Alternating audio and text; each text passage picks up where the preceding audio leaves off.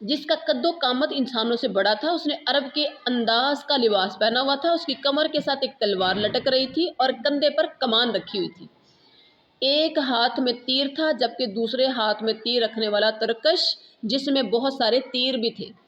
قرآن مجید میں ان بتوں کے بارے میں کہا گیا وَقَالُوا لَا تَذَرُنَّ آلِهَتَكُمْ وَلَا تَذَرُنَّ وَدًّا وَلَا سُوَاعًا وَلَا يَغُوثَ وَيَعُوقَ وَالنَّسْرَ۔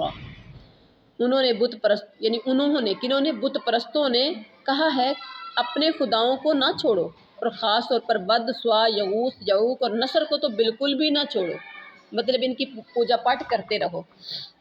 اس کے بعد تھا اساف اور نائلہ۔ اساف بت کی شکل ایک انسان جیسی تھی، لوگ اس بت کا طواف کیا کرتے تھے، اس بت کے سامنے قربانی کی جاتی تھی۔ کہا جاتا ہے کہ اساف ایک انسان تھا اور اس کا تعلق بنی جرہم قبیلے سے تھا، اس کا پورا نام اساف بن یعلا، اساف بن یعلا۔ نائلہ ایک عورت تھی اور اس کا پورا نام نائلہ بنت زید تھا۔ نائلہ کا تعلق بھی قبیلہ بنی جرہم سے تھا، یہ دونوں یمن کے رہنے والے تھے۔ قافلہ کے ساتھ حج کرنے کے لیے مکہ آئے، دونوں کعبہ میں داخل ہوئے تو وہاں اور کوئی موجود نہیں تھا۔ موقع پا کر انہوں نے کعبہ کے اندر غلط کام کیا۔ اساف اور نائلہ نے جب دیکھا کوئی بھی نہیں ہے تو کعبہ کے اندر انہوں نے غلط کام کیا، اللہ نے ان دونوں کو عبرت کا نشانہ بنا دیا۔ دوسرے لوگ کعبہ کے اندر آئے تو ان دونوں کے جسم پتھر کے بن چکے تھے، لوگوں نے اٹھا کر انہیں باہر پھینک دیا۔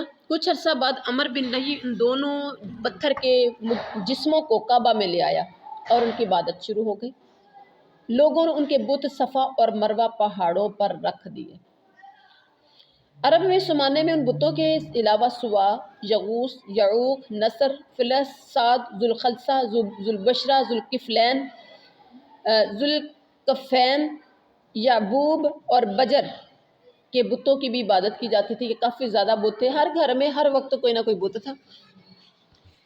اور بنی کنانہ چاند کی عبادت بھی کرتے تھے، قبیلے ایک دوسرے سے خدا بدل بھی لیا کرتے تھے، رب بدل بھی لیتے تھے، آج میرا لے جاؤ اور مجھے اپنا دے جاؤ، 5 دن تم رکھ لو میں رکھ لیتی ہوں۔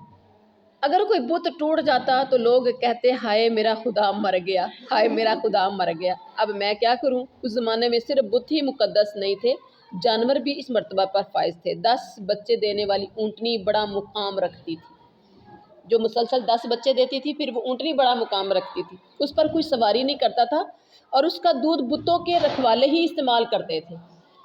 ایسی اونٹنی جہاں چاہے پھرتی، کھاتی پیتی، اور ایسی اونٹنی کو بحیرہ کہا جاتا تھا۔ ایسی اونٹنیاں بھی تھیں جو بتوں کے نام پر آزاد چھوڑی جاتی تھی، انہیں سائبہ کہا جاتا تھا، اور ایسی اونٹنیوں کو سائب کہا کرتے تھے۔ ایسی اونٹوں کے بچے جوان ہو جاتے تو انہیں بھی بتوں کے لیے چھوڑ دیا جاتا تھا، انہیں حام کہا جاتا تھا۔ اور بھیڑیں بھی اس نظام میں اپنی عزت پاتی تھیں۔ ایسی بھیڑ جو 7 دفعہ 2 اور 8ویں مرتبہ یعنی 7 دفعہ 2 مادہ یا فیمیل اور 8ویں مرتبہ نر بچہ دیتی، 7ویں دفعہ 2 فیمیل 2 بیبی گرل 2 فیمیل مادہ دیتی اور 8ویں مرتبہ نر یعنی بچہ دیتی، بوائے یوں کہہ لیں، میل کہہ لیں، میل یعنی بچہ دیتی تو وہ مقدس ہو جاتی تھی، اس کا نام بجیلا کہا جاتا تھا اور اس کا دودھ صرف مرد ہی پی سکتے تھے۔ اور ایک یونیک شکل والے درخت بھی اس زمانے میں خدا کا درجہ رکھتے تھے، جو بڑی خوبصورت شکل کے درخت ہوتے تھے وہ بھی رب کا درجہ۔ ان حالات میں اللہ نے اپنے نبی صلی اللہ علیہ وسلم کو توحید کا اعلان کرنے کا حکم دیا۔ سینکڑوں خداؤں کی عبادت کرنے والوں کو ایک خدا پر یقین کیسے آتا؟ یعنی جو سینکڑوں خداؤں کی جو عبادت کرتے تھے، اب انہیں کیسے یقین آتا کہ لا الہ الا اللہ محمد رسول اللہ؟ ان کے لیے بتوں کے علاوہ خدا کی کوئی اور صورت ممکن ہی نہیں تھی۔ انہیں یہ بھی سمجھ نہیں آتی تھی کہ ہر معاملہ میں ایک ہی خدا کیسے کام آ سکتا ہے، انہیں تو عادت پڑ چکی ہوئی تھی۔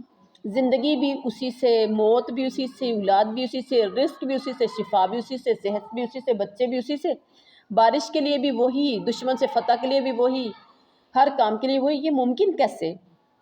ایک خدا اتنے کام اکیلا کیسے کر سکتا ہے؟ اس صورتحال میں اللہ نے اپنے رسول کو حق اور توحید کا پیغام لوگوں تک پہنچانے کی ذمہ داری بخشی، اور آپ صلی اللہ علیہ وسلم نے آ کر دعویٰ کیا لا الہ الا اللہ محمد الرسول اللہ. یہ سارا کرنے والے، شفا دینے والے، صحت دینے والے، اولاد دینے والے، بچے دینے والے، سب کچھ کرنے والا صرف اور صرف ایک خدا ہے. لا الہ الا اللہ، اللہ کے علاوہ کوئی بھی معبود نہیں ہے. تو اور ساتھ کعبہ کے اندر جو رکھے ہوئے بت تھے آپ صلی اللہ علیہ وسلم نے گرا دیے تھے. یہ کب گرائے تھے؟ جب مکہ فتح ہوا تھا. قل جاء الحق وزهق الباطل ان الباطل كان زهوقا. سبحان ربک رب العزت عما یصفون وسلام علی المرسلین والحمد للہ رب العالمین.